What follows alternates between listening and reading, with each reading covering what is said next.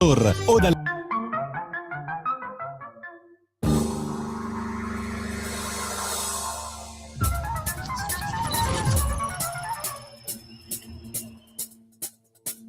Va ora in onda Zoom, il drive time in mezzo ai fatti con Antonino Danna.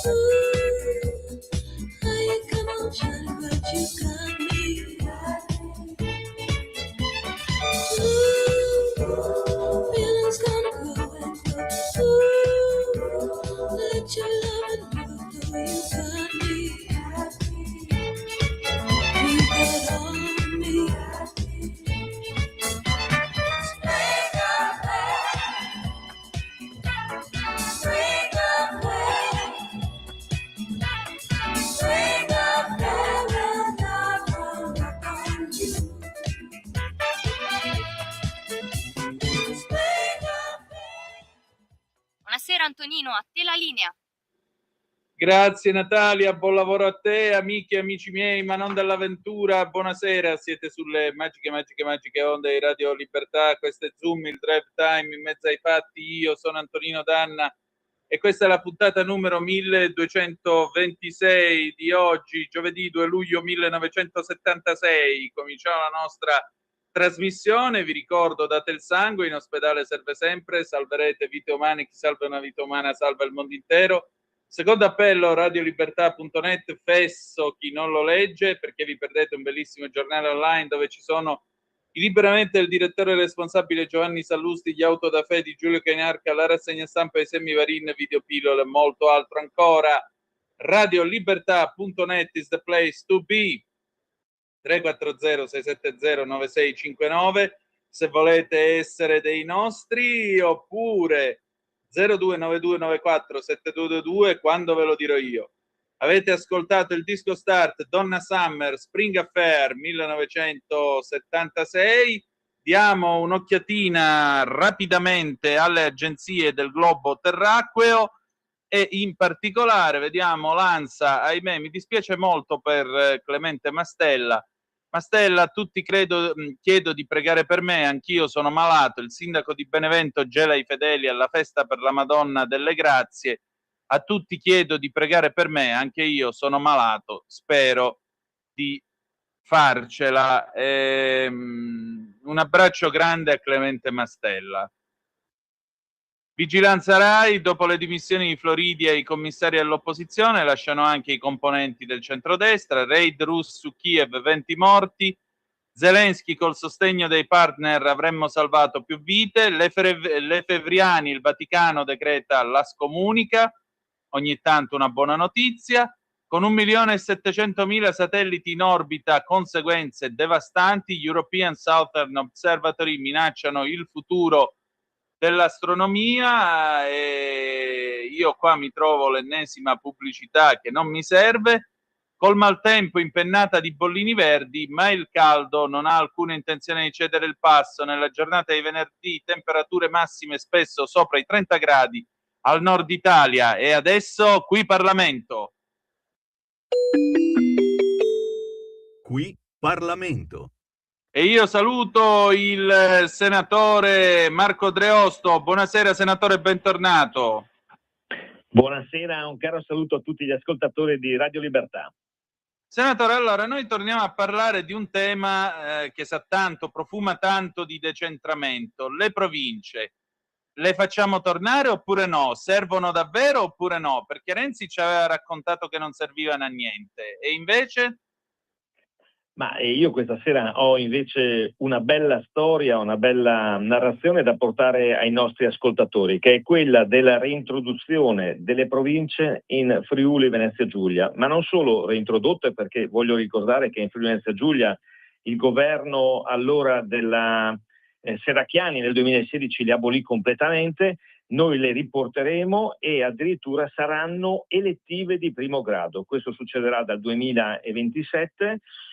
Questo grazie, e qui davvero devo ringraziare l'impegno, la costanza, la disponibilità del ministro Roberto Calderoli, che non è solo impegnato sul tema dell'autonomia differenziata, ma anche su temi come quello appunto di reintrodurre enti di area vasta che rappresentino i cittadini, che rappresentino il territorio e soprattutto che portino le decisioni, che è quello che la Lega da sempre persegue, vicino ai cittadini. Noi parliamo proprio di rappresentanza, parliamo di devoluzione, parliamo di sensibilità rispetto a quelli che sono temi che noi portiamo avanti da sempre, ma sono anche sentiti dalle nostre comunità. Quindi una bella notizia: ieri la Regione Friuli Venezia Giulia ha varato la legge, la nuova legge che reintroduce le province in Friuli Venezia Giulia, votata a larghissima maggioranza. Non solo, e prevede tra l'altro che in questa nuova reintroduzione le province abbiano anche molte funzioni che vengono evidentemente tolte alle regioni, proprio per portare quel decentramento, quella vicinanza delle regioni, quella capacità di essere incisivi sul territorio e di farlo ancora di più avendo dei rappresentanti che sono eletti, come avveniva tempo fa, direttamente dai cittadini, e quindi ai cittadini rispondono delle loro azioni. Quindi un bel messaggio. Poi dopo mi permetto, direttore, ancora una cosa.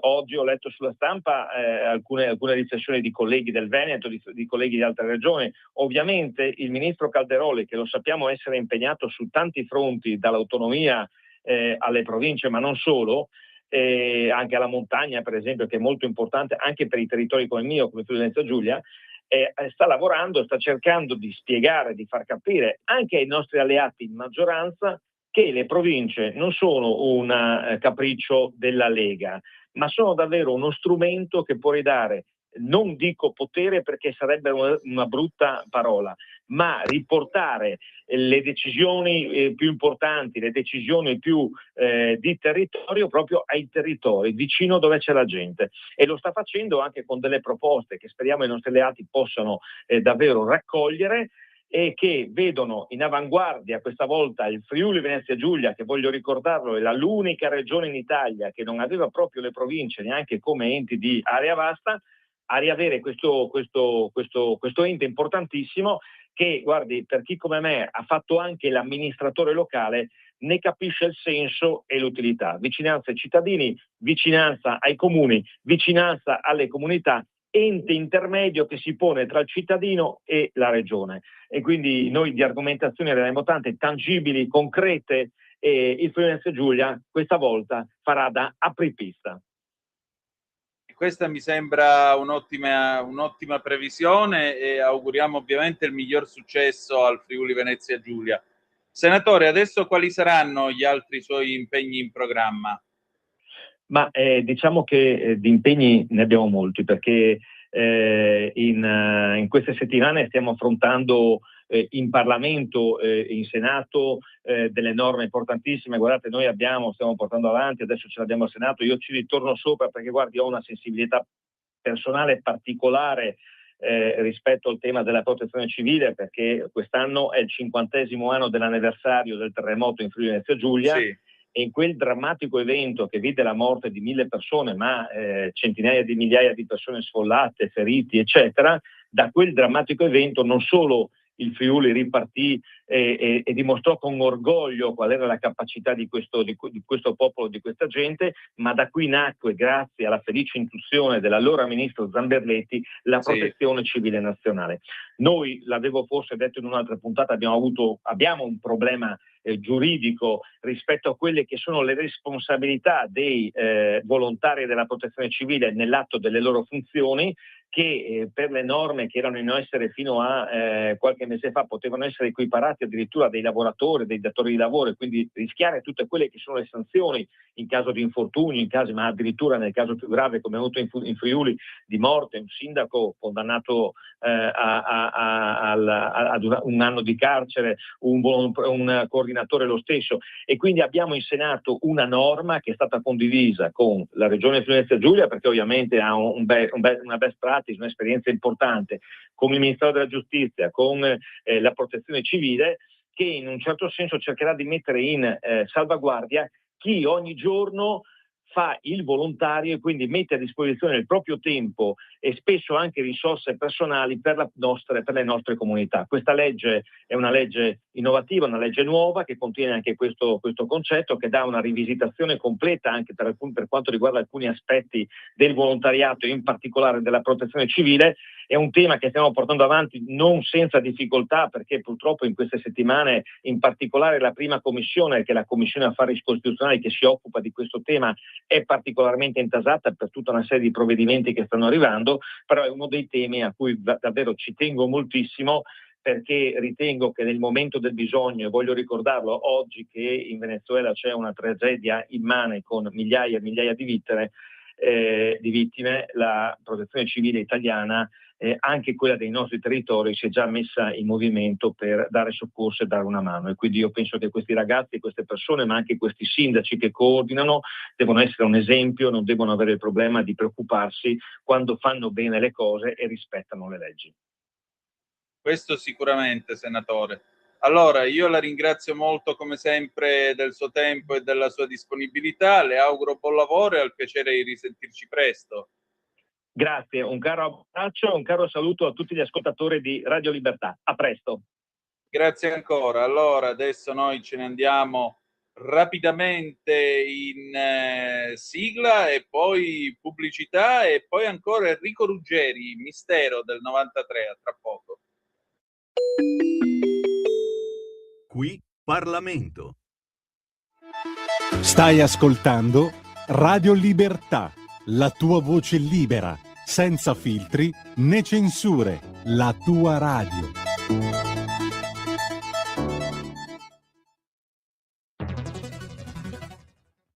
C'è chi te la racconta sbagliata e chi te la racconta male. C'è C'è chi te la racconta tagliata, chi te la racconta al contrario e chi non te la racconta affatto. QDS te la racconta giusta. Ogni giorno la tua terra, il suo presente, le sue attese, la sua volontà di rinascita. Leggi, abbonati, scegli il Quotidiano di Sicilia. L'informazione giusta per crescere insieme.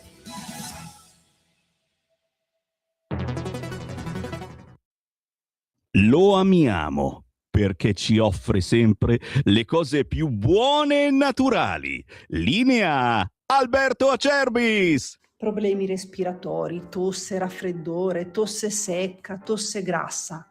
Abbiamo il prodotto che ti può aiutare. Bronco Free, la soluzione bevibile alla bava di lumaca, timo, verbena, altea, papavero e marrubio.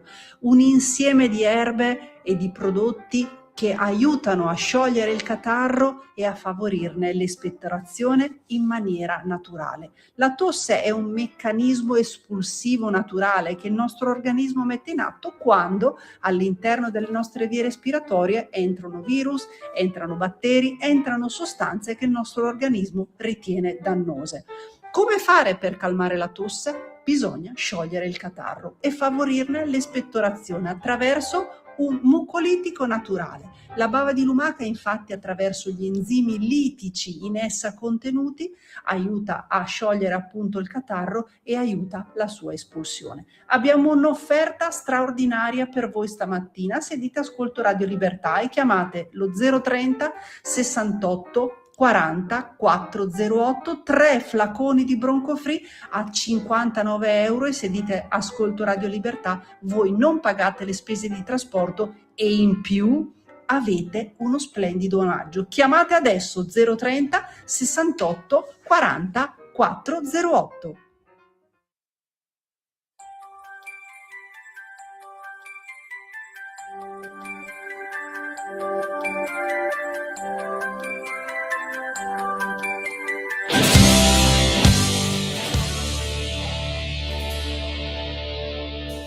Occhi bene aperti, chiediamo un po' d'amore alla persona che vorremmo fare rimanere e ci facciamo male se la pressione sale, poche parole ci precipita il morale giù. Cos'è che ci trascina fuori dalla macchina?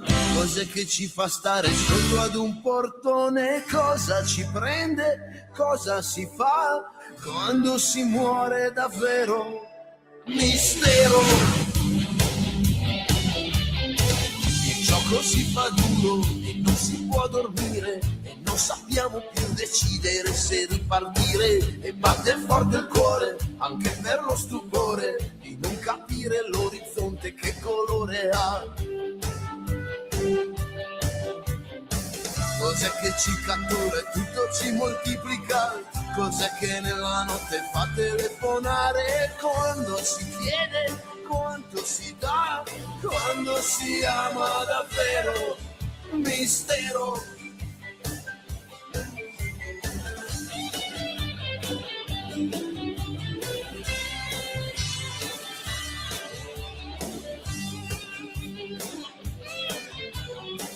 Abbiamo già rubato, abbiamo già pagato, ma non sappiamo dire quello che sarebbe stato. Ma pace non abbiamo, nemmeno la vogliamo, nemmeno il tempo di capire che ci siamo già.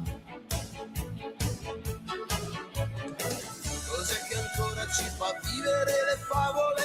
Chi sono quelli della foto da tenere? Cosa si cerca quando si dà, quando si ama davvero? È mistero.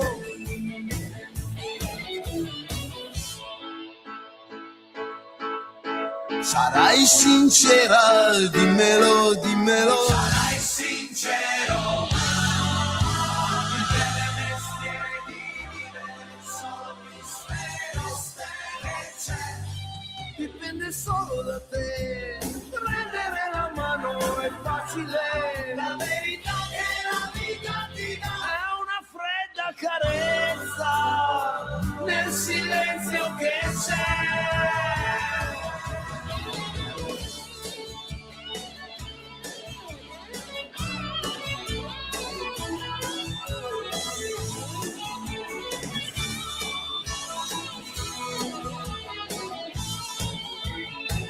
Cos'è che ci trascina fuori dalla macchina? Cos'è che ci fa stare sotto ad un portone? Cosa ci prende? Cosa si fa? Quando si muore davvero? Mistero. Quando si chiede, quando si dà, quando si ama davvero. A te la linea, Antonino. Grazie Natalia, alle 18:34 minuti e 7 secondi sulle magiche onde di Radio Libertà. Antonino Danna al microfono con voi per questa puntata di Zoom, il drive time in mezzo ai fatti, numero 1226 di oggi, giovedì 2 luglio del 2026, e la Madonnelle grazie tra l'altro oggi, lo diremo per i più devoti. Avete ascoltato Enrico Ruggeri, Mistero del 1993, e noi vi parliamo di un mistero letterario, culturale. Ghila Piattelli, valentissima scrittrice italo-israeliana, che da Roma si è trasferita in Israele quando aveva 19 anni, e siamo al suo secondo romanzo, il suo secondo bellissimo romanzo, Ovunque sia casa, edito per i tipi di Giuntina. Un giallo molto interessante, ambientato in questo condominio di Gerusalemme, il tema del perdono, il tema del dolore, la grande storia che si mescola con le piccole e grandi storie di tutti noi. C'è davvero tanto, è un libro che ha tanti livelli di lettura e naturalmente parla anche, inevitabilmente, spinge a riflettere sull'attualità. E allora state a sentire che cosa ci siamo detti io e la bravissima Ghila. Vai pure Natalia, vai.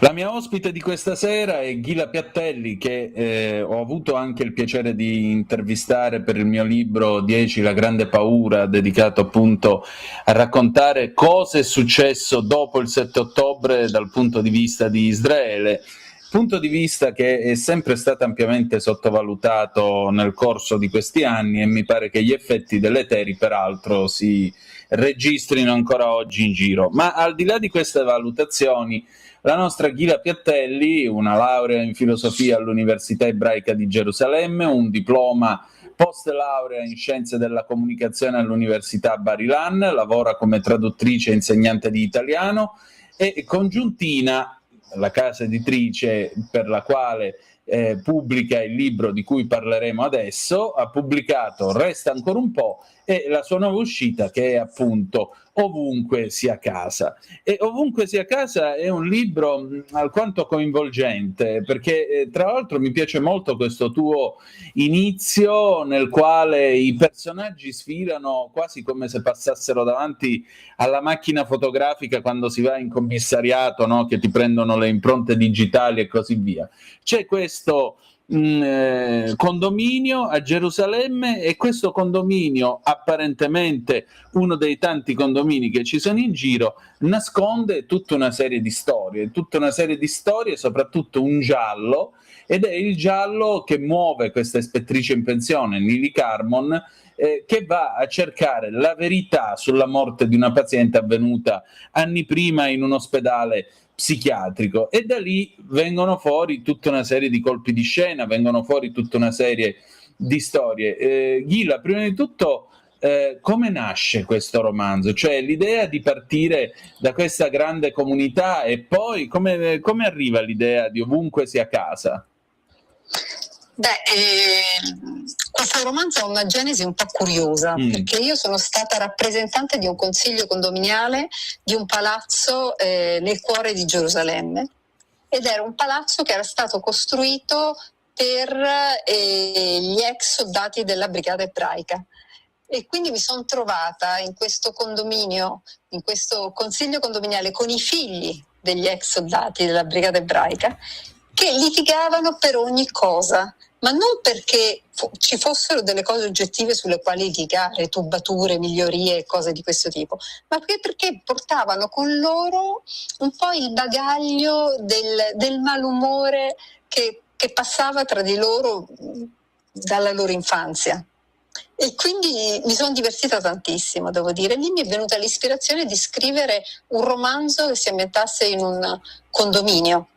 Certo. E da lì è partito il tutto. Certo. Senti, c'è questo senso di vite, di persone che comunque vengono segnate dalla stessa storia dello Stato di Israele. C'è chi vede morire gli amici bruciati su un carro armato nel Sinai, c'è chi si trova a vivere nell'Israele degli anni 70 con tutte le difficoltà da affrontare e così via. Cioè, mi sembra che il senso di questo libro sia anche che in fondo sono le nostre piccole storie a fare la grande storia, o in Israele è il contrario?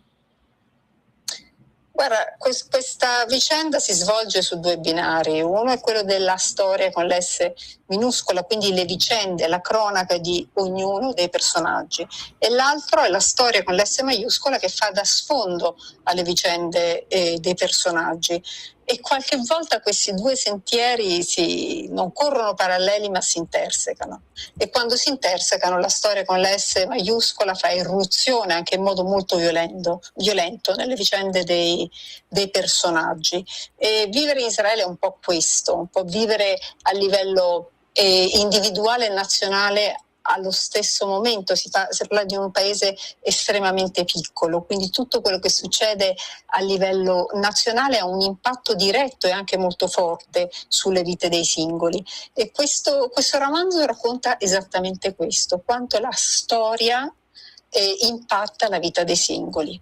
Infatti, la storia impatta la vita dei singoli perché, per esempio, giusto adesso trovo proprio un tema che è ritornato tra l'altro all'onore delle cronache proprio in questi giorni, la presa di Beaufort nel Libano nel 1982, ancora una volta che si intreccia la storia maiuscola con la storia minuscola e con la storia diciamo così romanzata. Ecco qua, guarda che panorama, non sembra di stare in Svizzera, mi dice Daniel Baracchi indicando la vallata sottostante alla fortezza di Beaufort.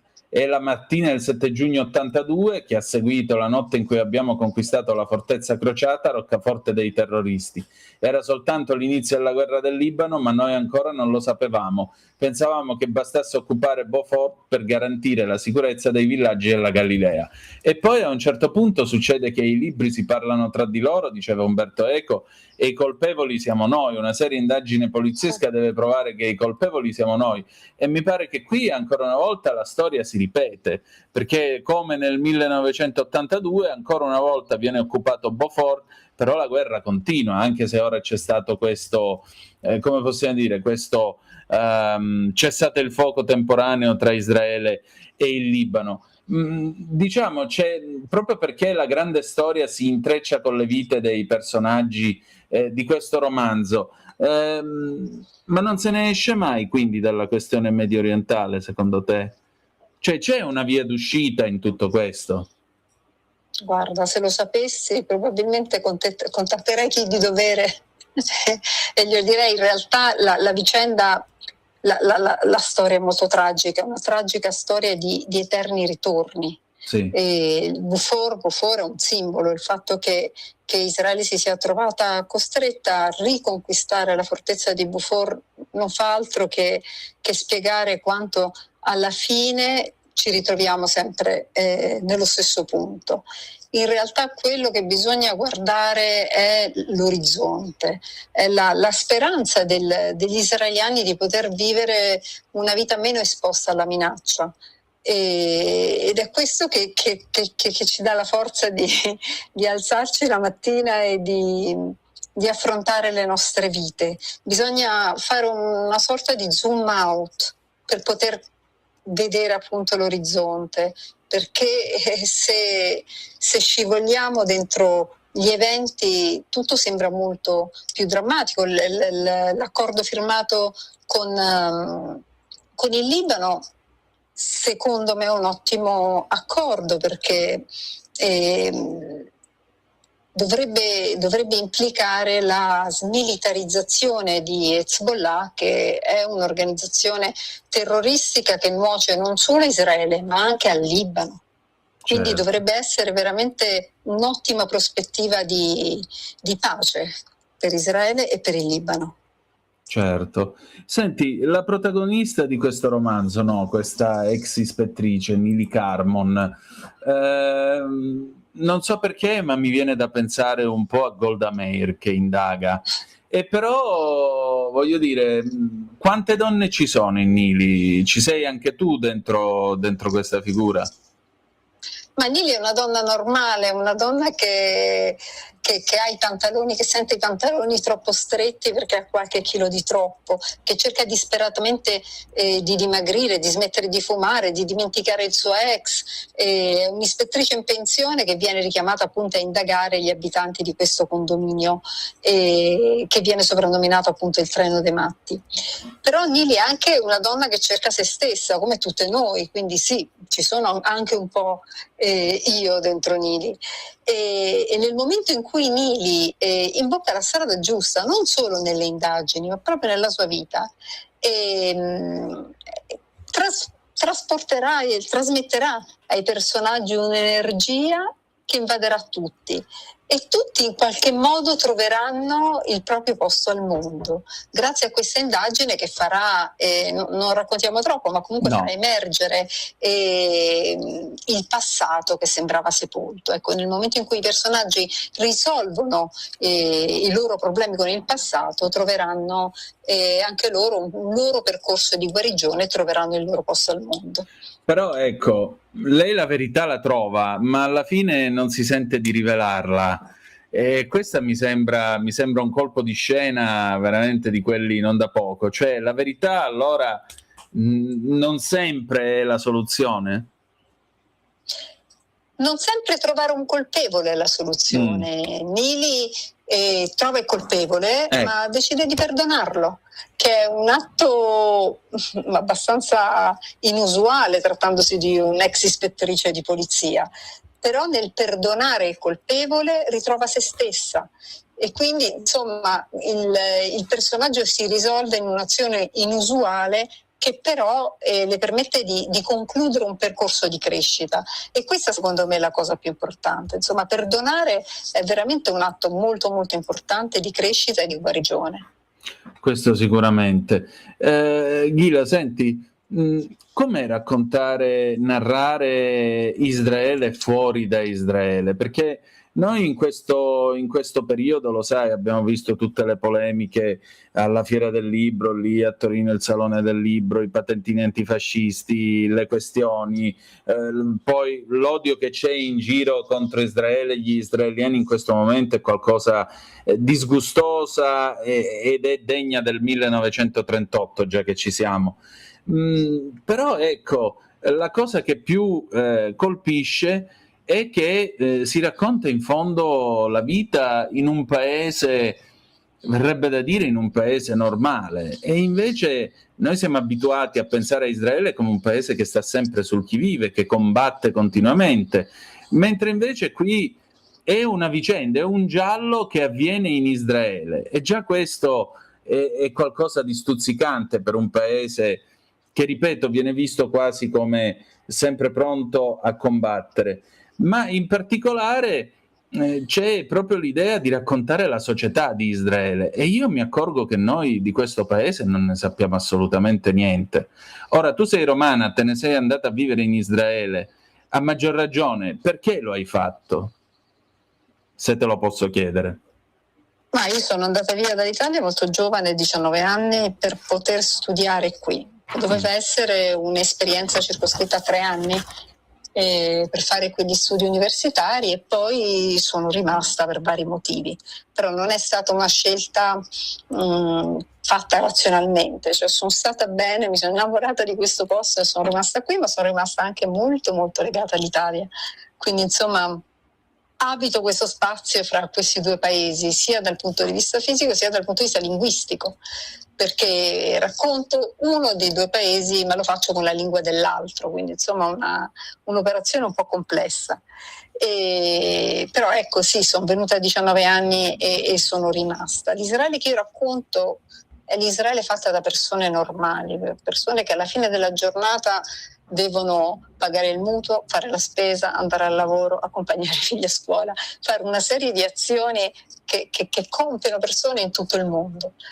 Nel momento in cui però le compiono in Israele, tutto assume un significato un po' più drammatico, perché farlo con i lanciamissili iraniani puntati sulla testa, insomma, dà una terza dimensione alle vite normali dei personaggi che io racconto. Ma comunque cerco sempre di calarmi nelle crepe, nelle contraddizioni che questi conflitti che noi viviamo aprono nelle vite delle persone normali. Cerco di capire che succede alle persone quando la storia attraversa le loro vite, come appunto vediamo nel romanzo il personaggio di Aviv. Che cosa succede a lui quando si trova nelle trincee dopo la conquista di Beaufort? Che cosa succede a Boaz nel carro armato nel canale di Suez nel 1973? Ecco, quello che mi interessa non è scrivere un saggio di geopolitica camuffato da fiction, mi interessa scivolare nelle vite delle persone normali e raccontare questo. Ghila, questa è anche la storia di due donne, appunto, da un lato l'ispettrice Nili Carmon e dall'altra Sivan Navon, che è la figlia della vittima. C'è una cosa che io ho constatato, insomma, raccontando la guerra sia dell'anno scorso che quella di quest'anno, quella dei 12 giorni, che il conflitto con l'Iran adesso. Le donne in Israele sono su una effettiva situazione di parità, se non addirittura più forti, mi sembrano più forti addirittura degli uomini. Possiamo dire che Israele è una società matriarcale? O sto esagerando? Ma diciamo che in questo periodo in cui, insomma, questi 3 anni di guerra, le donne hanno dimostrato di essere forse altrettanto come gli uomini. Io riconosco l'esistenza di differenze di genere e credo che la forza delle donne sia una forza diversa, con caratteristiche diverse da quelle degli uomini. Se noi pensiamo che molti uomini sono stati richiamati come riservisti e molte donne, soprattutto giovani mamme, sono rimaste sole per mesi e mesi, costruendo anche una rete di solidarietà tra di loro. Certo, è più difficile combattere al fronte che restare a casa con 4 o 5 figli piccoli. Però non è facile neanche quello, anche con il peso psicologico, insomma, di avere un marito lontano e così esposto al pericolo. Quindi, insomma, le donne hanno tirato fuori veramente un po' il volto bello di Israele, la forza, la solidarietà, il volersi aiutare a vicenda. Indubbiamente le donne israeliane sono molto forti. Questo è poco ma sicuro, mia cara.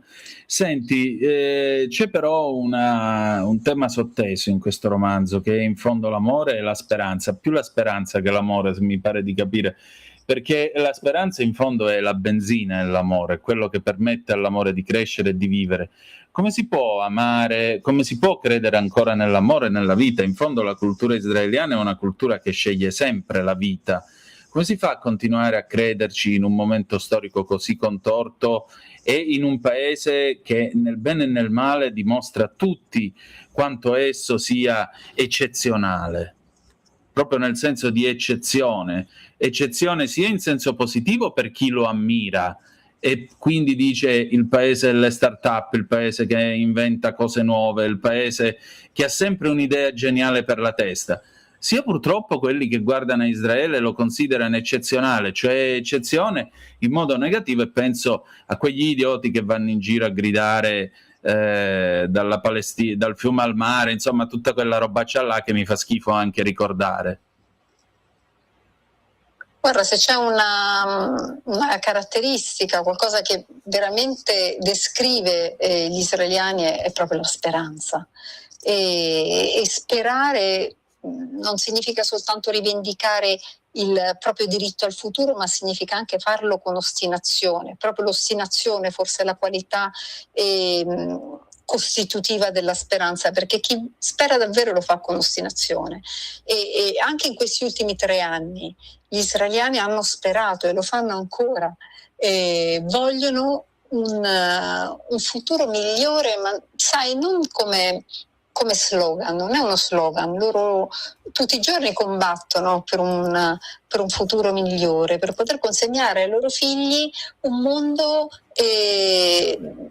dove non siano continuo bersaglio dei propri nemici.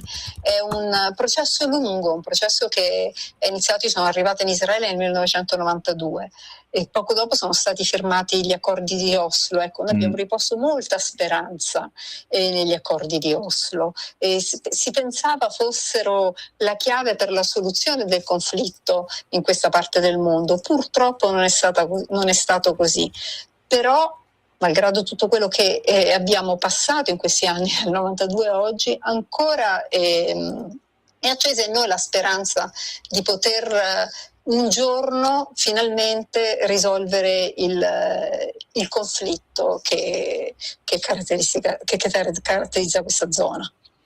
Ghila, tu hai presentato questo libro, che vi ricordo essere Ovunque sia casa, pubblicato da Giuntina, il 16 giugno scorso presso il Palazzo della Cultura a Roma. C'eri tu, Lara Crinò, Luca Barbareschi e Clelia Piperno. Com'è andata la presentazione? Soprattutto come i lettori approcciano quest'opera? Cioè, come reagisce il lettore medio italiano quando gli si parla di Israele? Guarda, quelli che comprano il libro evidentemente sono persone che hanno un certo interesse nei confronti di Israele, perché si tratta di una storia completamente ambientata a Gerusalemme, che racconta anche molto Gerusalemme, ma racconta una Gerusalemme un po', come dire, disincantata. Non è la Gerusalemme dei luoghi santi, è una Gerusalemme di tutti i giorni, con i suoi caffè, con i ristoranti, con i condomini che vengono abbattuti e vengono ricostruiti. Insomma, è una Gerusalemme normale, tra virgolette. Dico che penso che il lettore israeliano abbia molto interesse in questo tipo di scenari. Israele ha sempre affascinato il lettore italiano e di fatto molti autori israeliani vengono tradotti in italiano. E questo è un romanzo un po' stratificato, nel senso che ci sono tante storie, tanti personaggi, ma anche tanti linguaggi che si sovrappongono, e credo che ognuno possa trovare poi il filone che lo interessa di più. E c'è anche molto la lingua Yiddish, ci sono citazioni dalla Bibbia. Insomma, io credo che ognuno possa trovare una parte di se stesso in questo romanzo, in questa storia. Beh, una parte di se stessi probabilmente la si può trovare anche andando a visitare Israele e la Terra Santa, perché nel bene e nel male io credo sia uno dei posti più intrisi di senso, di umanità e senso della vita che ci siano in giro. Ghila, e adesso cosa succede in Israele? Cosa c'è dopo tutto questo? Adesso stiamo ancora un po' raccogliendo i pezzi di questi ultimi 3 anni. Adesso stiamo affrontando, sai, non si può ancora parlare di post-trauma, perché è un trauma che si rinnova ancora ogni giorno. Siamo ancora in guerra, il fronte settentrionale è ancora aperto, la minaccia dell'Iran è ancora una minaccia lanciata verso Israele, ancora non abbiamo un accordo, ancora l'Iran nucleare non è stato smantellato. Insomma, i giochi sono ancora tutti aperti, quindi non possiamo fare altro che aspettare e vedere. E allora aspettiamo e vediamo. Senti, un'ultima cosa, Gianni Minà dice che questa è la domanda del bravo intervistatore, io non lo sono, ma te la faccio lo stesso, te la pongo lo stesso. Che cosa farai domani? Che cosa farò domani? Che è una domanda molto difficile, veramente. Gianni Minà diceva che è la domanda del buon intervistatore. Non lo so, non te lo so dire. Io veramente devo dire, da quando negli ultimi 3 anni programmo le mie giornate il giorno stesso, programmo poco, ero una grande programmatrice, io avevo programmi aperti da qui all'anno prossimo e vivo molto la giornata di ora in ora.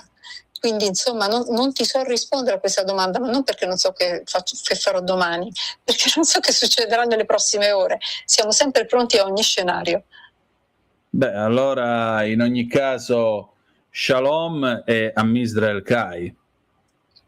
Grazie Antonino, grazie per questa intervista e grazie per le tue parole. Grazie a te. Sempre più liberi con La Tua Radio è il nuovo sito che mette in prima pagina opinioni, firme, notizie, uno sguardo nuovo e originale sui fatti che ci circondano. Il nuovo quotidiano online. Semplicemente radiolibertà.net.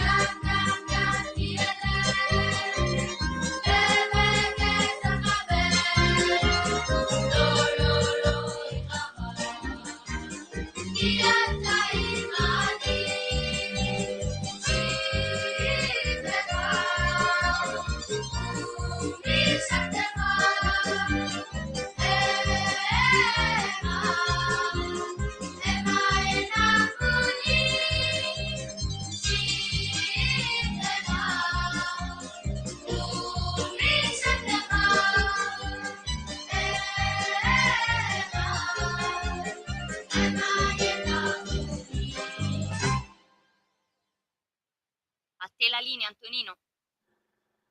Grazie Natalia, alle 19, 2 minuti e 43 secondi sulle magiche onde di Radio Libertà. Questo è sempre Zoom, il drive time in mezzo ai fatti. Antonino Danna al microfono con voi, puntata numero 1226 di oggi, giovedì 2 luglio 2026. Avete ascoltato Ennio Morricone e Lesceva Team, Gang Gam del 1993.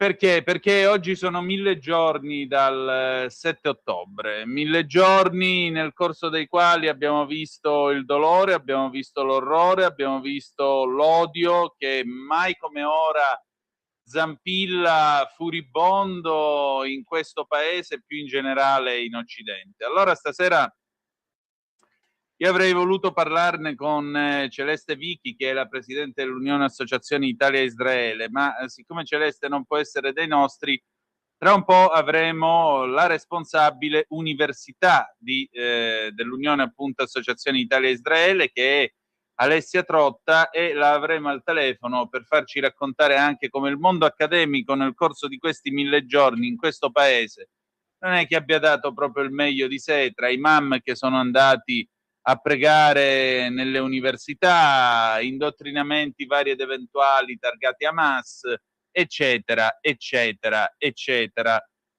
Perché poi sapete, quando piove sul bagnato, diciamo che è come le ciliegie, una tira l'altra.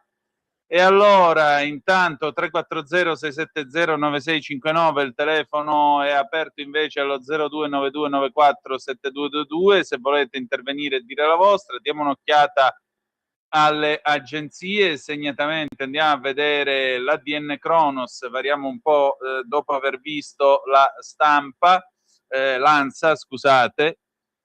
Eccoci qua, l'ADN Kronos, Meloni al congresso della UIL, salario giusto, una vittoria di tutti i lavoratori, morti sul lavoro sono una sconfitta. Ancora Mastella, a tutti chiedo di pregare per me, anch'io sono malato e spero di farcela. Le parole del sindaco di Benevento in Basilica nel giorno dedicato alle celebrazioni per la patrona del Sannio, i fedeli in chiesa si sono lasciati andare a un lungo applauso. L'aggressione a Fidene, il racket a Roma, fruttivendolo egiziano denuncia, io massacrato perché mi sono rifiutato di pagare 1.000 euro. L'aggressione nella zona di Fidene, ripresa anche dalle telecamere, 10 incappucciati hanno assaltato il negozio per farsi pagare il pizzo. Lo straniero è finito all'ospedale e ha denunciato tutto alla polizia. Ecco, quando tu trovi uno che viene in Italia, che vuole lavorare onestamente, che vuole pagare le tasse, integrarsi, fare la sua parte, il fatto che ci vadano in 10 incappucciati a sfasciargli il negozio è una cosa che fa ancora più rabbia. Vigilanza Rai, Barbara Floridia, mi dimetto da presidente di commissione, lasciano tutti i membri d'opposizione centrodestra. L'esponente 5 Stelle all'ADN Kronos, non mi arrendo, ma le opposizioni non sostituiranno i loro nomi con altri.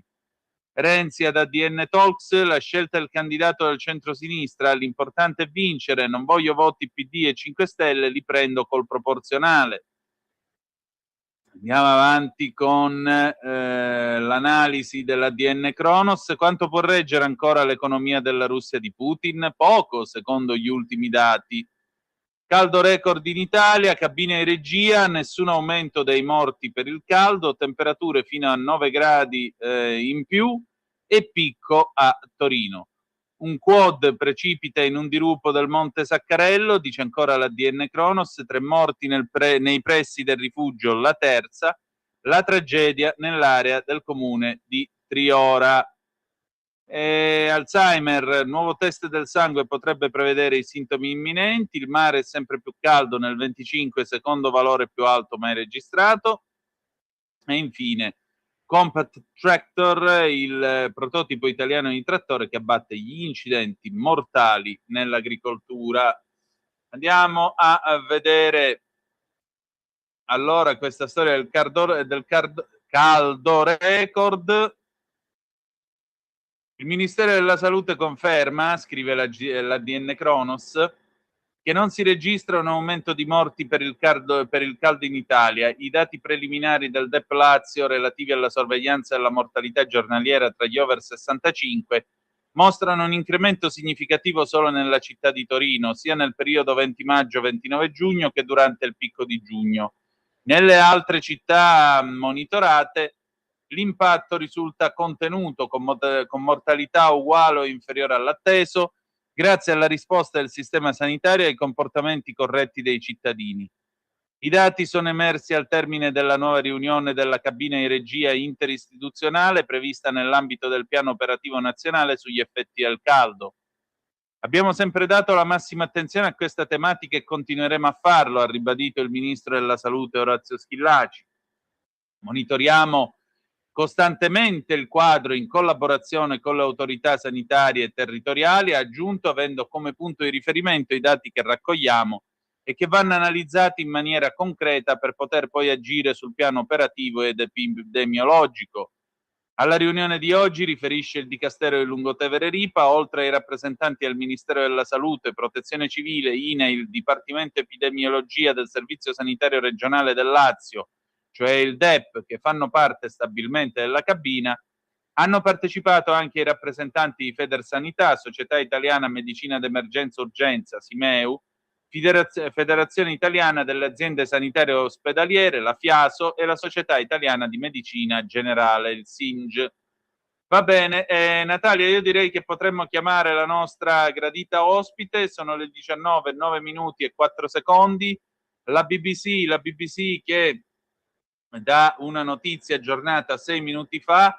Un sopravvissuto al terremoto del Venezuela è stato tirato fuori dalle macerie vivo dopo 8 giorni, ogni tanto una buona notizia. Un uomo è stato salvato ed è vivo dopo essere rimasto intrappolato per 8 giorni tra le macerie di un edificio che è collassato dopo le 2 scosse di terremoto in Venezuela. Gli operatori d'emergenza sono riusciti a liberare Hernán Gil oltre 100 ore dopo averlo rintracciato sotto 140 tonnellate di detriti. Un pompiere cileno aveva poco prima descritto l'operazione di salvataggio come la più complessa e tecnicamente difficile che abbia mai dovuto gestire. Almeno 2.300 persone si conferma siano morte nei 2 terremoti che hanno colpito il Venezuela il 24 giugno, decine di migliaia sono ancora disperse. Ma adesso passiamo al faccia a faccia di questa sera. Io ho il piacere di avere con noi Alessia Trotta, che è responsabile università per l'Unione delle Associazioni Italia-Israele. Buonasera Alessia, ben trovata. Buonasera a tutti, ben trovati. Allora Alessia, sono passati 1000 giorni dal 7 di ottobre. E in questi 1000 giorni, in questi lunghi giorni, intanto come ha reagito Israele in questi 1000 giorni? Ma Israele ha subito un nuovo trauma dopo l'Olocausto, il pogrom peggiore per brutalità, violenza dopo l'Olocausto. Il 7 ottobre è un evento che segna un prima e un dopo. A 1000 giorni da quella data io credo che il bilancio non può limitarsi soltanto ai numeri della guerra o alle sue conseguenze militari. Quel giorno ha modificato gli equilibri del Medio Oriente, ha ridefinito quindi il rapporto tra Israele e il resto del mondo e ha riportato al centro una questione che molti di noi ritenevano ormai che appartenesse al passato, l'antisemitismo. E questo attacco contro Israele è stato senza precedenti, ripeto, per intensità e brutalità qualcosa di assurdo, ma alla violenza delle armi si è affiancata una seconda offensiva, ovvero quella che vediamo tutti i giorni nelle piazze, nelle università, nei social network e nel dibattito pubblico. Un antisemitismo che continua a dilagare, ad allargarsi sempre di più e non si riesce ad arginare in nessun modo. Continuano a colpire Israele e a mettere addirittura in discussione la legittimità stessa della sua esistenza e insieme a questa l'identità delle comunità ebraiche che sono sparse per il mondo. Ecco, questa è una cosa su cui andrebbe veramente aperto un dibattito pubblico piuttosto che quello che quotidianamente viene buttato a destra e manca sui social ovunque, che riguarda un genocidio che non ha poi alla fine nulla di genocidio perché non può essere considerato tale. Alessia, però la sensazione è quella che ci fosse quasi, anzi che ci sia proprio una sorta di piacere nel poter sfogare decenni di antisemitismo represso perché bisognava tacere, perché bisognava avere rispetto dei morti dell'Olocausto. Oggi non c'è più. Oggi si ride tranquillamente a Israele, si auspica la distruzione e l'annientamento totale del popolo ebraico, non si contano le aggressioni in Occidente agli ebrei, poi non parliamo di quelli che vanno in giro con la keffiyeh, la bandiera palestinese dal fiume al mare, fino ad arrivare all'assurdo, al ridicolo del gay pride, dove i gay di religione ebraica o comunque filo-israeliani non possono sfilare, però sfilano con le bandiere della Palestina, cioè di Hamas, e vanno, cioè sarebbe come se i topi sfilassero con la bandiera della tagliola che li ammazzerà di lì a poco. Esatto, Ecco. ma questo molto dipende anche dalla povertà di conoscenza che si ha appunto sul riguardo all'Islam. La maggior parte dei propal che sfilano appunto anche nel Pride, nel Gay Pride, come ha appena detto, sono persone che non hanno la benché minima conoscenza di quello che è l'Islam. Quindi anche perché se l'avessero non arriverebbero a tanto, cioè l'Islam è contro l'omosessualità, in alcuni paesi addirittura c'è la pena di morte. In Iran spesso e volentieri abbiamo visto immagini di omosessuali che sono stati impiccati, quindi insomma questa cosa mi lascia veramente basita, perché è veramente inappropriato l'accostamento Gay Pride a Palestina barra Islam, però ai noi è così. Ecco, aggiungerei anche un'altra cosa, ma perché l'Occidente si è scoperto così odiatore di Israele, addirittura queste campagne ridicole di farmacie che non prendono più i farmaci della Teva e non capiscono che la Teva è un'azienda che lavora in Italia, che ha anche stabilimenti in Italia, e questo significa quindi mandare la gente a casa, perché se poi gli stabilimenti non lavorano è chiaro che si chiudono. Ecco, ma perché questa ondata di ignoranza e di cattiveria totale? Di chi la colpa? A mio avviso credo che questo derivi da un odio atavico nei confronti degli ebrei.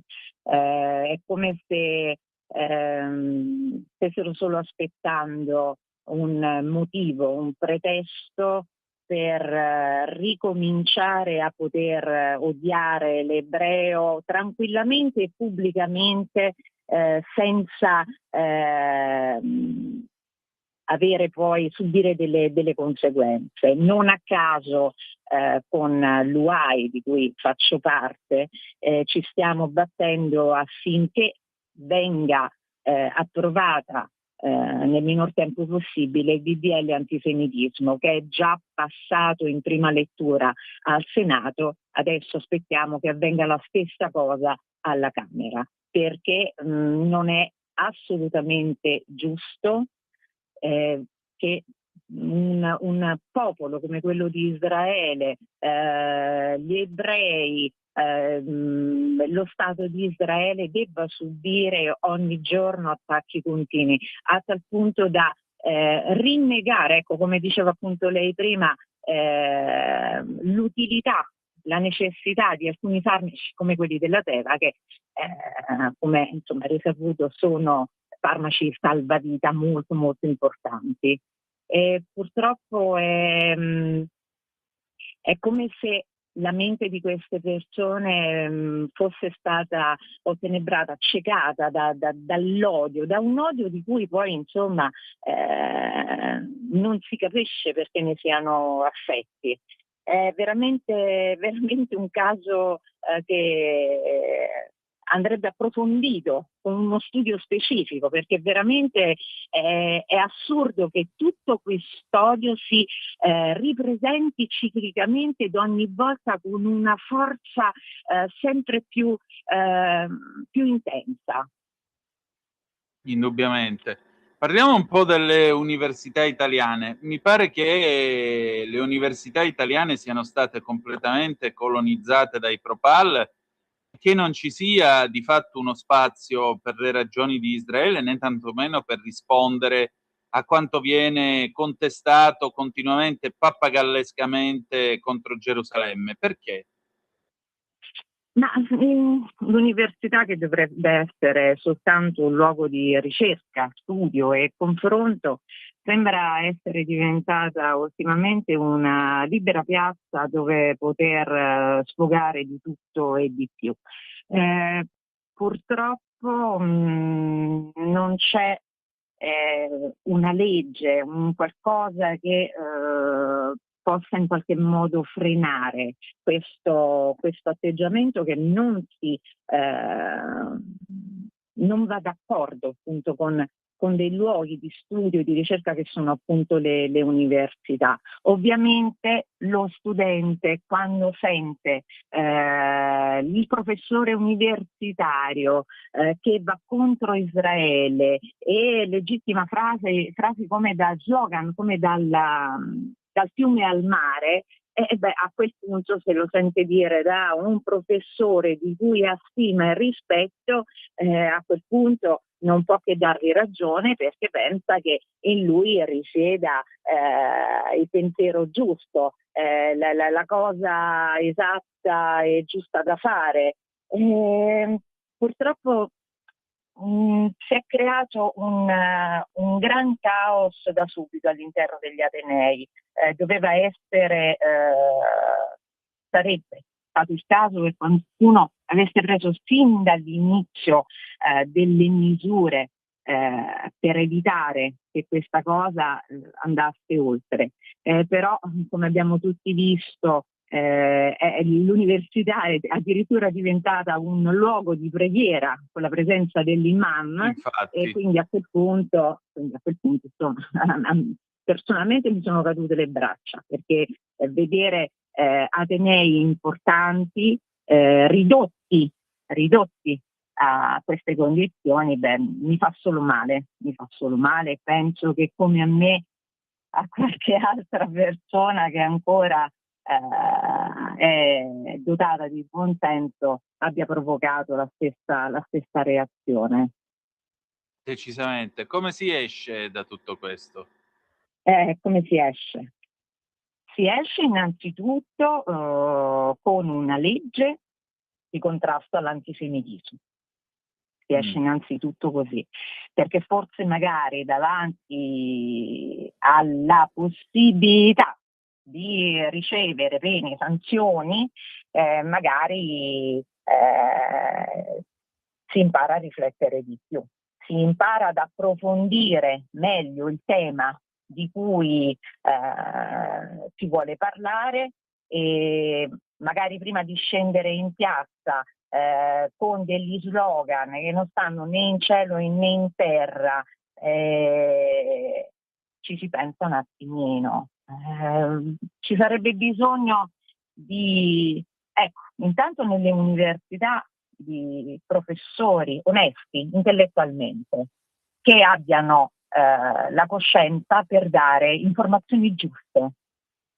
Purtroppo ultimamente ho notato una cosa. Io sono una docente di lettere, storia e geografia, e ho notato su dei libri di storia parlare della Giudea e Samaria come antica Palestina. Non si fa nessun riferimento a Israele, alla Giudea e agli giudei, niente di tutto ciò. Quindi diciamo che c'è proprio un vizio ormai, c'è una sorta, non so, di congiura nei confronti di Israele. Israele che poi alla fine non ha fatto nulla se non aiutare il resto del mondo attraverso scoperte scientifiche a livello medico e tecnologico che hanno salvato e continuano a salvare tante vite. Non a caso c'è lo Sheba Israel, che è uno degli ospedali che ritenuto all'avanguardia, cioè dove si trattano di casi che nel resto del mondo neanche vengono presi in considerazione. Infatti. Ma per, diciamo così, concludere questa nostra chiacchierata, 1000 giorni, che cosa ci possiamo augurare per i prossimi 1000? Ma allora, 1000 giorni, la storia è ancora in corso. Il popolo israeliano e gli ebrei in tutto il mondo hanno dimostrato una resilienza pazzesca. Ci sono, nonostante le ripetute aggressioni in ogni parte del globo, si sono mostrati veramente più forti e pronti comunque a reagire tutti insieme, in modo ovviamente civile, come hanno sempre fatto. Al di là di quello che sta succedendo in Israele, al di là della guerra, quella è una guerra, va vista, osservata e giudicata come tale, ma gli ebrei di tutto il mondo si sono comunque ricontattati, uniti tra di loro e sanno che comunque le persone di buon senso gli sono vicini e stanno combattendo per loro. Così come, ripeto, noi dell'UAI ci stiamo battendo affinché la legge sul contrasto all'antisemitismo passi il più presto, nel minor tempo possibile, alla Camera, così come è già stato fatto in Senato. Ecco, dobbiamo augurarci che nei prossimi 1000 giorni vengano prese delle misure che aiutino il popolo di Israele a sentirsi sicuro, agli ebrei di tutto il mondo a sentirsi sicuri e liberi di portare la kippah, come hanno sempre fatto. Ma soprattutto dobbiamo augurarci che Israele possa sentirsi, gli israeliani possano sentirsi tranquilli a casa loro. Ecco, speriamo che le cose migliorino, speriamo che ci sia un crescente buonsenso in tutti. Auguriamoci questo. Sicuramente. Allora, grazie e a Israel Kai, allora. Grazie ancora, grazie. Grazie a voi. Buonasera, grazie. Buona serata. Allora, abbiamo avuto il piacere di parlare con Alessia Trotta, la professoressa Alessia Trotta, che, come avete ascoltato, è responsabile per l'Università dell'UAI, l'Unione delle Associazioni Italia-Israele. Le 19:25 minuti e 48 secondi sulle magiche onde di Radio Libertà. Il telefono è aperto allo 02 9294 7222 se volete dire la vostra, oppure 340 670 9659 se avete voglia di dire la vostra attraverso la zappa o il WhatsApp, che dir voglia sì. Un'occhiatina all'agenzia Agi, eccoci qua. Venezuela salvato 43enne alle macerie 8 giorni dopo il sisma, questo l'abbiamo già dato. Mastella rivela: sono malato, pregate per me. Il maltempo si sposta al centro-sud, rinviato il palio di Siena. Già, perché oggi si sarebbe dovuto tenere il palio, e invece scrive l'Aggi che in Piazza del Campo a Siena sventola la bandiera verde, la pista in tufo è inagibile. Weekend di temporali e calo termico su Lazio, Marche e Meridione. Sentite un po' cosa scrive l'Aggi. Gli amanti del palio di Provenzano dovranno attendere un giorno in più per veder correre i fantini. Secondo quanto riferito al comune di Siena, infatti, le condizioni atmosferiche non permetterebbero l'adeguata sicurezza durante lo svolgimento della gara. La copiosa pioggia caduta nella notte ha di fatto reso totalmente inagibile la pista in tufo di Piazza del Campo. Ma i toscani non sono gli unici italiani per cui non è ancora arrivato il momento di riporre l'ombrello nell'armadio. Le intemperie non smettono di bersagliare il paese. Dopo le allerte meteo che ieri hanno colpito Emilia-Romagna e Lombardia, ora il maltempo abbandona il nord Italia per spostarsi verso il centro della penisola. Il cielo poco nuvoloso e le temperature miti che caratterizzeranno le regioni settentrionali in queste ore rappresentano infatti un'eccezione rara. Secondo quanto riportato dal centro meteo italiano, nelle prossime ore assisteremo a un generale calo delle temperature con valori termici che si riporteranno in linea con le medie del periodo o localmente anche poco al di sotto. Una boccata d'aria dopo il caldo intenso delle scorse giornate, che però porterà nello stivale una generale instabilità atmosferica, con rovesci che interesseranno specialmente Abruzzo, Marche e Lazio, regioni che dovranno aspettare la serata di domani per un'effettiva schiarita. Non va meglio al sud e nelle isole, dove sono previsti acquazzoni o piovaschi tra Molise e Campania, che nel pomeriggio di domani raggiungeranno anche la Basilicata tirrenica, Calabria e Sicilia. Aria frizzante, temperature più basse caratterizzeranno quindi il clima di questo primo weekend di luglio.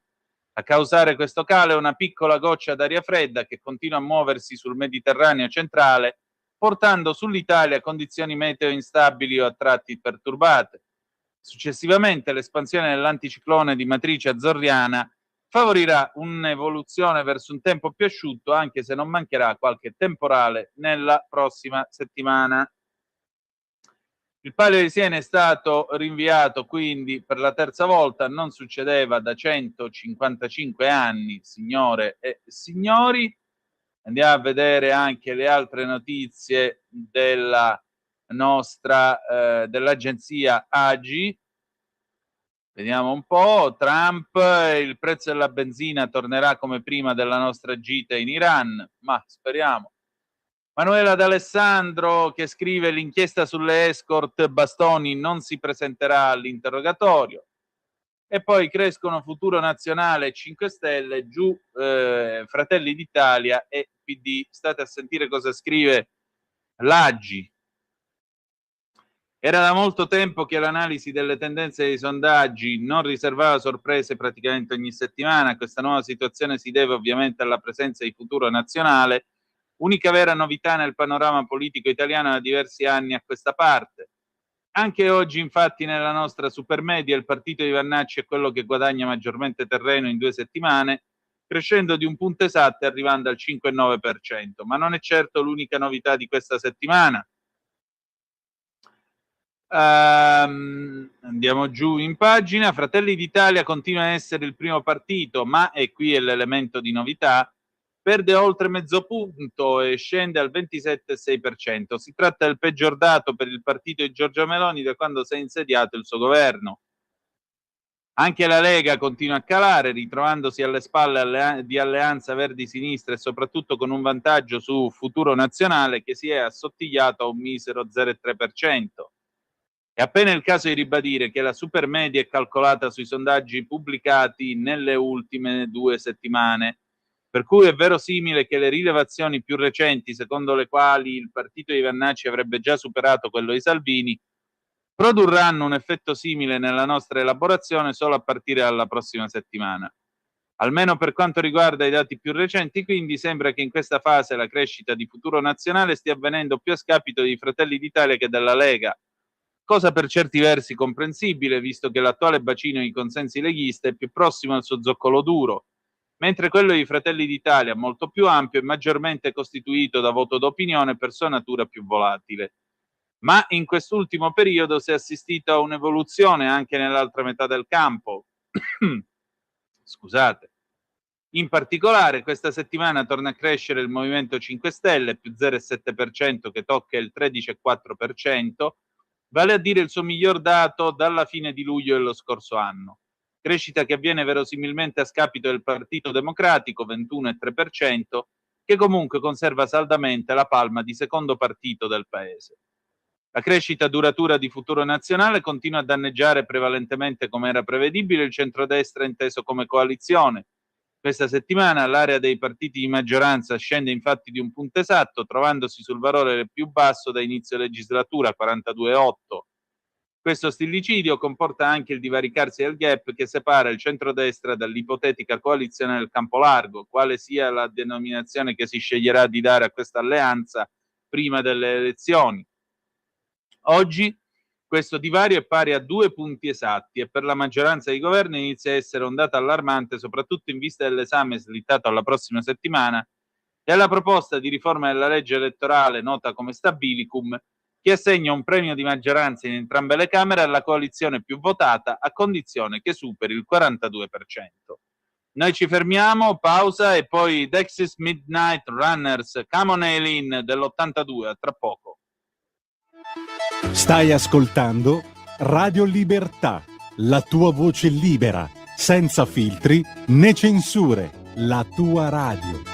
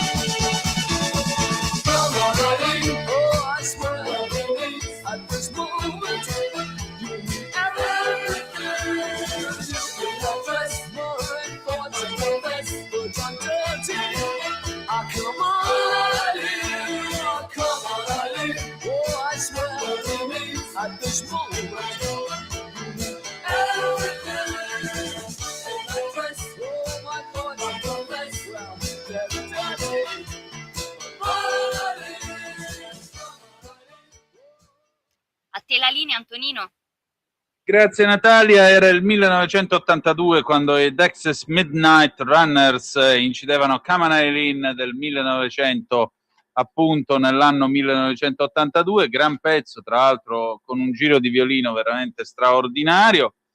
0292947222 il telefono è aperto, oppure 340-670-9659 se avete voglia di dire la vostra attraverso la zappa o il WhatsApp, signore e signori, mi raccomando, perché noi siamo qua e vi attendiamo per quest'ultima parte, gli ultimi 7-8 minuti di trasmissione che naturalmente poi concluderemo alle 19:45 mandando in onda Ivano Fossati, Il cane d'argento del 1979, e ci ritroveremo domani, venerdì 3 di luglio, alle ore 17:30 per Chilometro Zoom con l'amico Lorenzo Viviani. Mi raccomando. Allora, Restiamo sempre qua sull'Agi, perché è interessante questa inchiesta che svela i meccanismi di manipolazione delle truffe sentimentali online, no?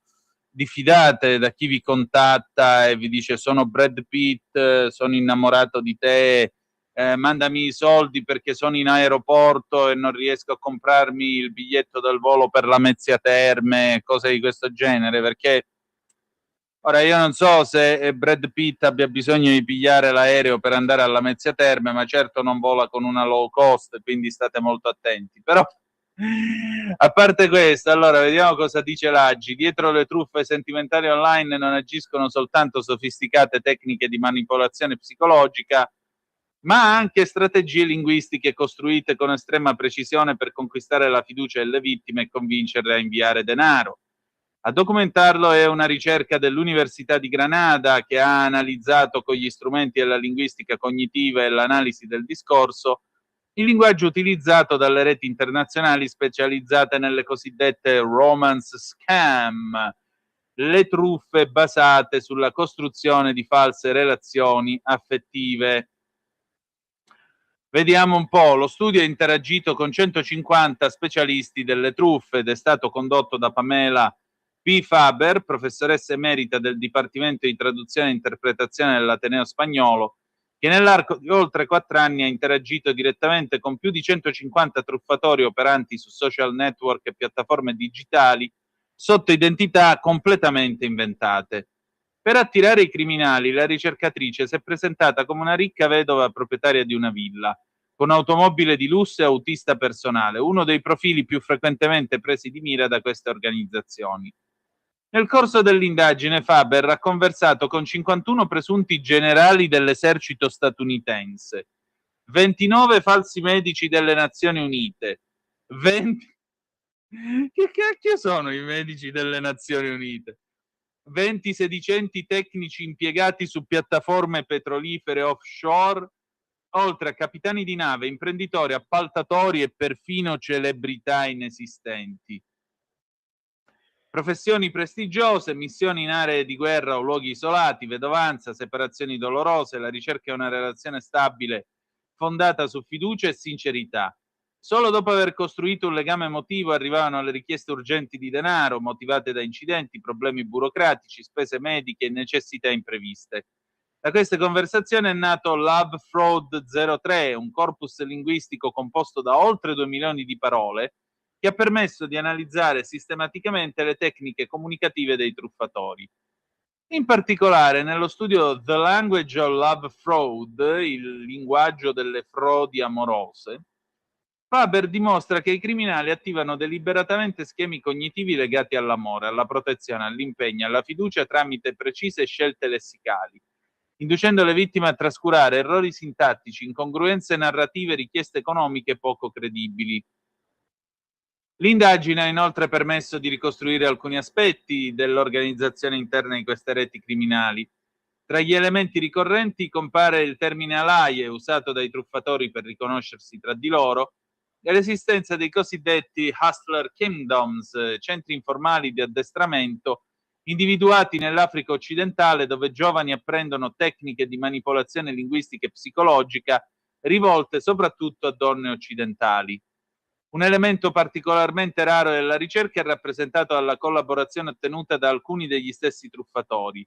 11 hanno infatti ammesso esplicitamente la natura fraudolenta della loro attività, 3 hanno deciso di collaborare con la ricercatrice, spiegando dall'interno il funzionamento delle organizzazioni e le tecniche utilizzate per manipolare le vittime. Secondo i dati raccolti dalla ricercatrice presso organismi internazionali, il fenomeno ha ormai dimensioni economiche enormi.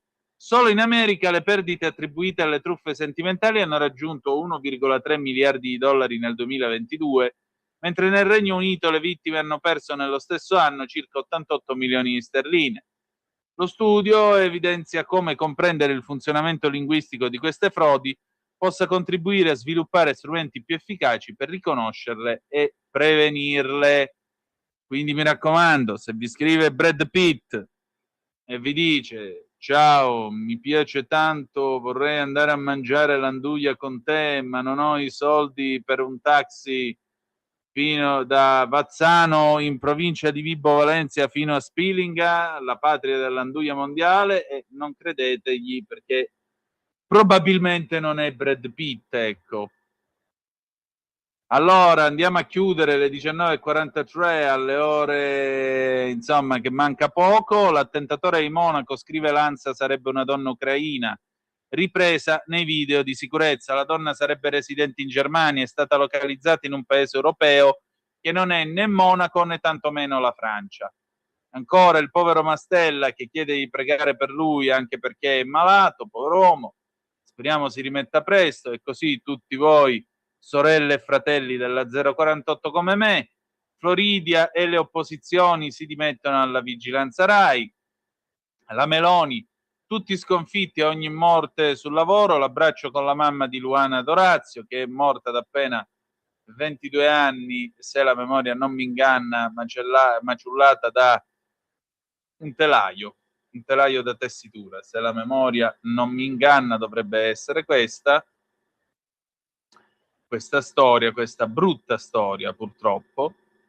Vediamo un attimo perché io non vorrei sbagliarmi, ecco, quindi un momento che vi do anche la conferma.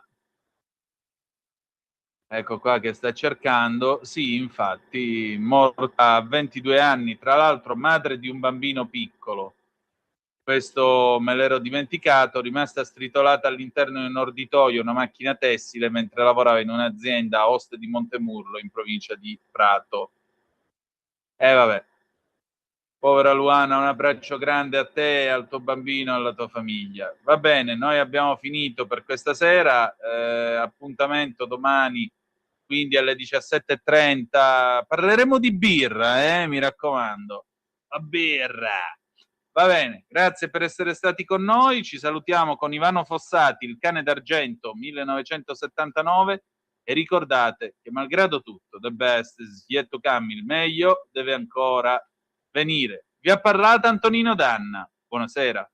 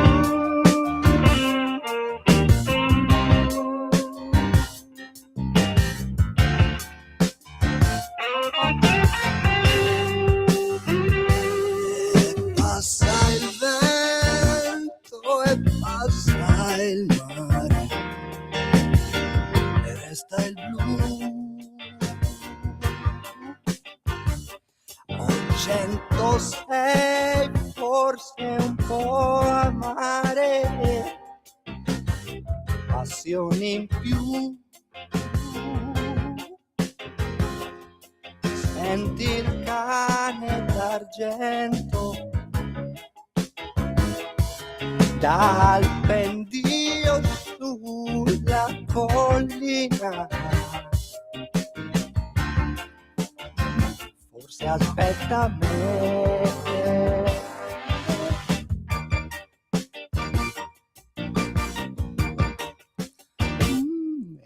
Passa il vento e passa il mare e forse il blu. Io non saprei come cambiare, non voglio più. Senti il cane d'argento che sorveglia la mia vita,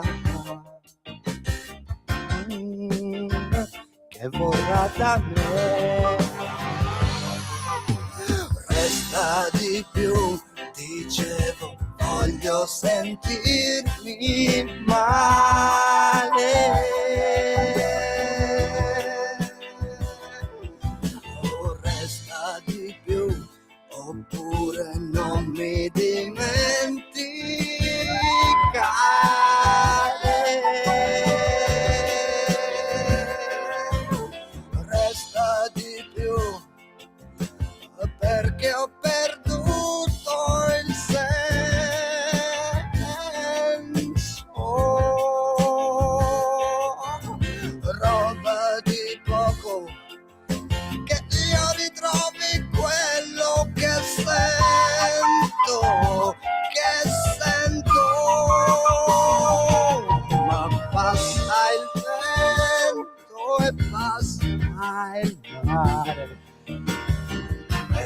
sento il blu.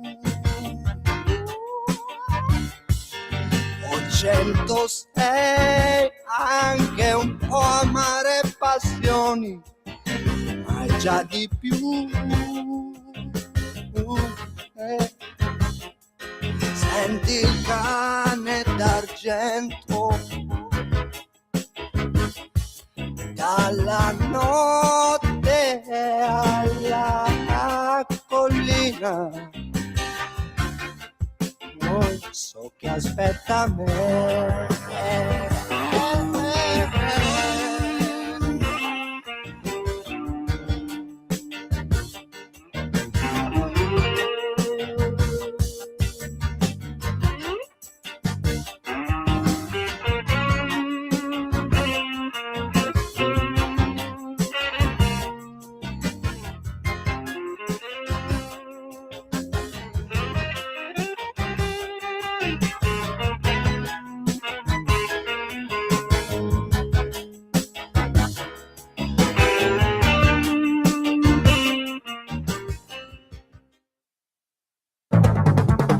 Avete ascoltato Zoom, il drive time in mezzo ai fatti.